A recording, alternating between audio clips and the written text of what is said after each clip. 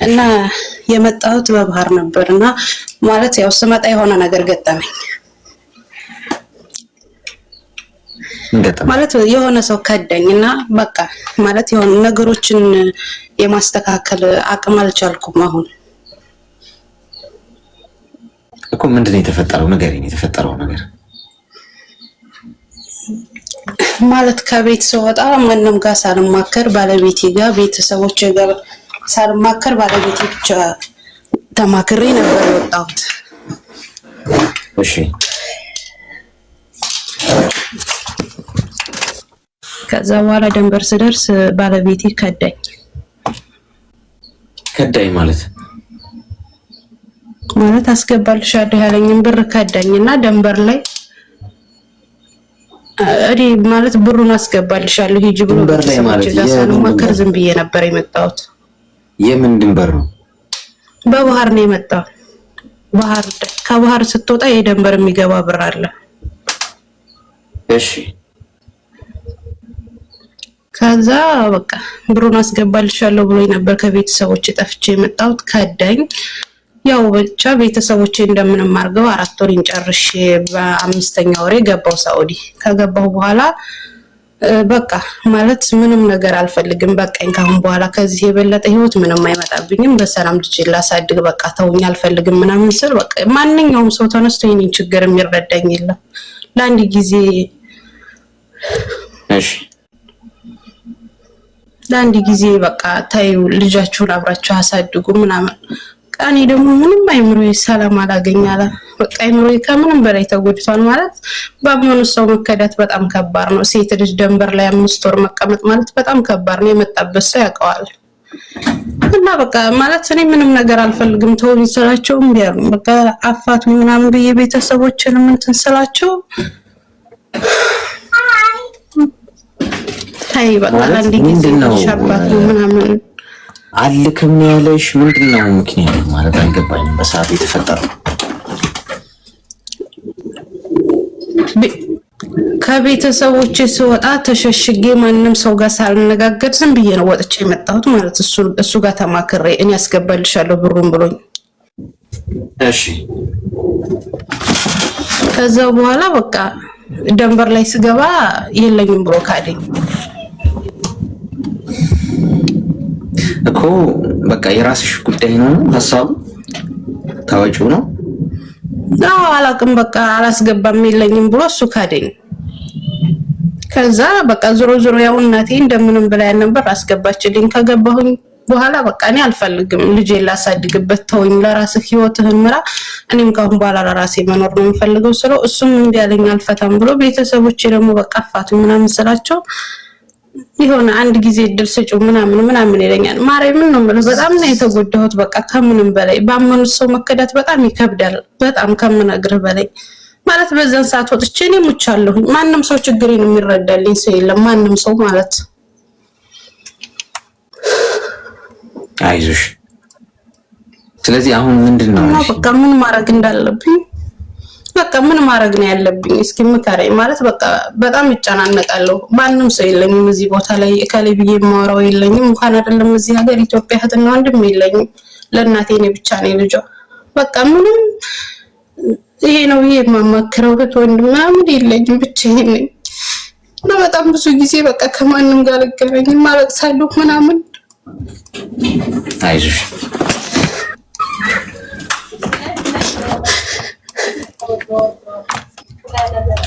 እና እስኪ ምክር ስጠኝ። ምን ማድረግ አለብኝ? እንደማንኛውም ሰው ወይ አንድ ጊዜ እድል ሰጥቼ ላይ ወይንስ በቃ እንደቆረጥኩት ይበቃኛል? አሁን ስራ እየሰራሽ ነው? አዎ እየሰራሁ ነው። ሚዩት አድርጊና አዳምጪ። አንደኛ በችግራችሁ ጊዜ ሰራው ነው ስራ ቦታ ነኝ። እሺ ሚዩት አድርጊ ድምጽ እንዳይረብሽን ማለት ነው። በችግራችሁ ጊዜ ጥለዋችሁ ረግጠዋችሁ የሄዱ ሰዎች ሲነጋላችሁ ይመጣል።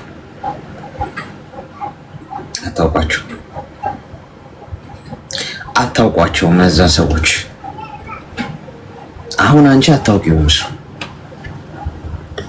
ገብቶሻል። ምክንያቱም አንቺ እዛ በረሃ ላይ ጅቢ ብላሽ ብሎ ረግጦሽ የሄደ ሰው አሁን ስትገቢና ስራ ስታገኝ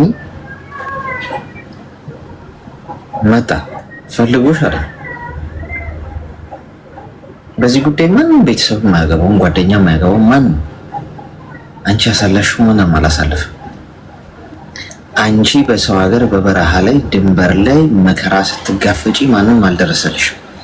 እድል ስለመስጠት ታዲያ ማን ነው ቁጭ ብሎ ሊነግርሽ የሚችለው?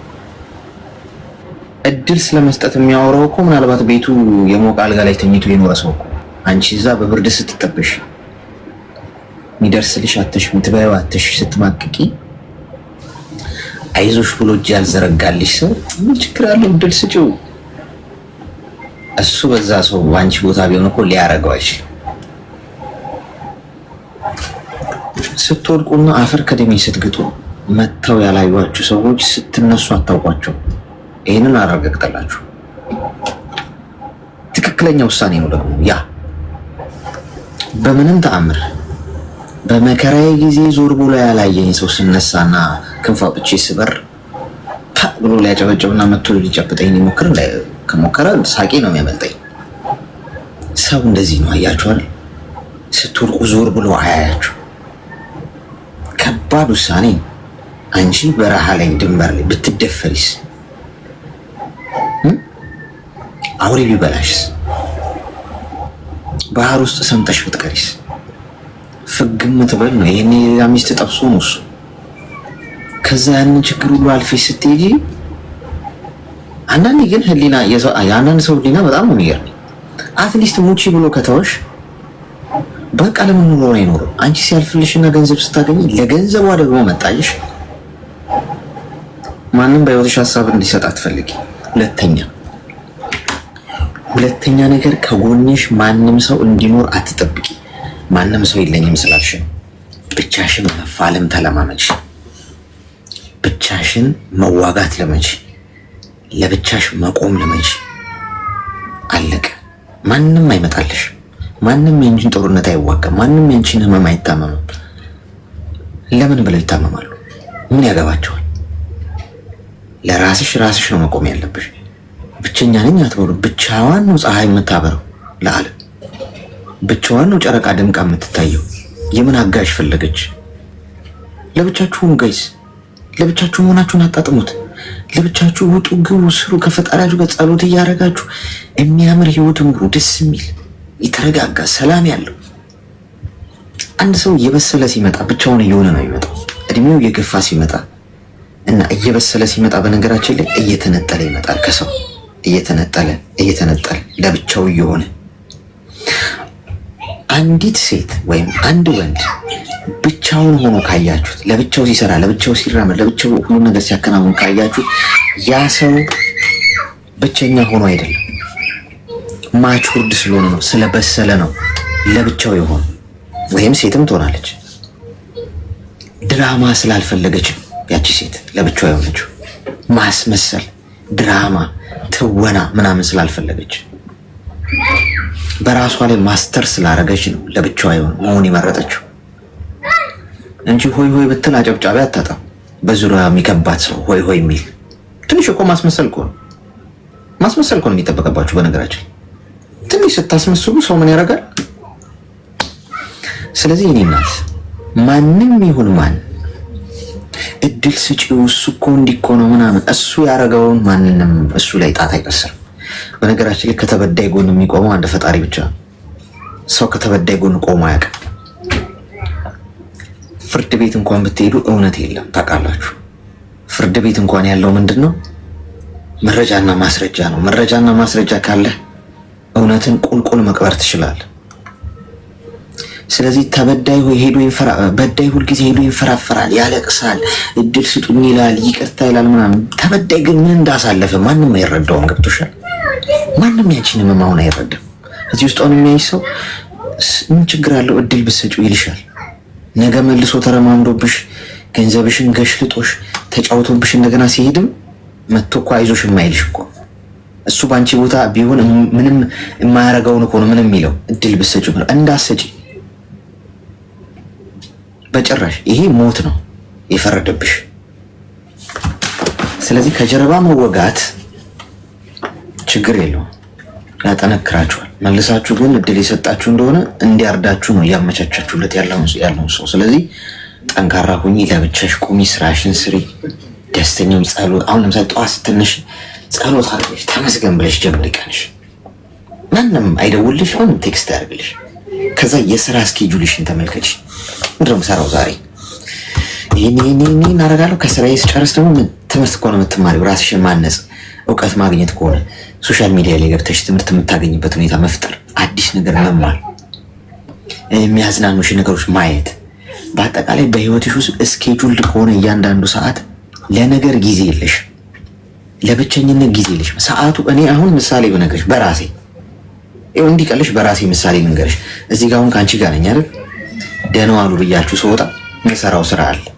እሱን ስጨርስ እንደገና ስፖርቴን እሰራለሁ። ከስፖርት ስመለስ መተኛት አለብኝ፣ 4-5 ሰዓት እተኛለሁ። ስነሳ እንደገና መስራት ያለብኝ ጉዳይ አለ፣ ጸሎት ማድረግ ካለብኝ። እያንዳንዱ ሰዓቴ ቁጭ የምልበት ሰዓት የለም። ቁጭ ብዬ አሁን ለምሳሌ ቲክቶክ ስክሮል የማደርግበት ታይም የለም። ለምሳሌ ነው የምልሽ። ለነገር ጊዜ ይኖረኛል እኔ፣ ምክንያቱም ከምኔው ሰዓቱ ተሽከርክሮ እዚህ ጋር ከእናንተ ጋር እንደምንገናኝ ራሱ አላውቀውም። የእውነት ነው የምልሽ፣ ጊዜው ይፈጥናል።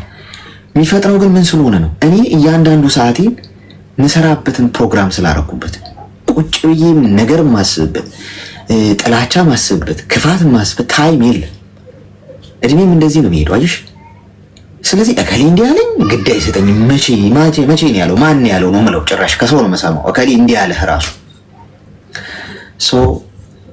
የኔ እናት ፎከስድ ራስሽ ላይ መጀመሪያ ራስሽ ላይ ስሪ። እሺ ቢዚ ሁኚ በራስሽ ላይ። ከዛ ብቸኝነቱ ራሱ አይታወቅሽ። ተግባባ? ማልቀስ አያዋጣም፣ መልፈስፈስ አያዋጣም። ይልሽ እቺ ምድር ለተሸናፊዎች ቦታ የላትም። እሺ እሺ፣ አመሰግናለሁ አሌክስዬ። እሺ በርቺ። እሺ እሺ ወንድሜ።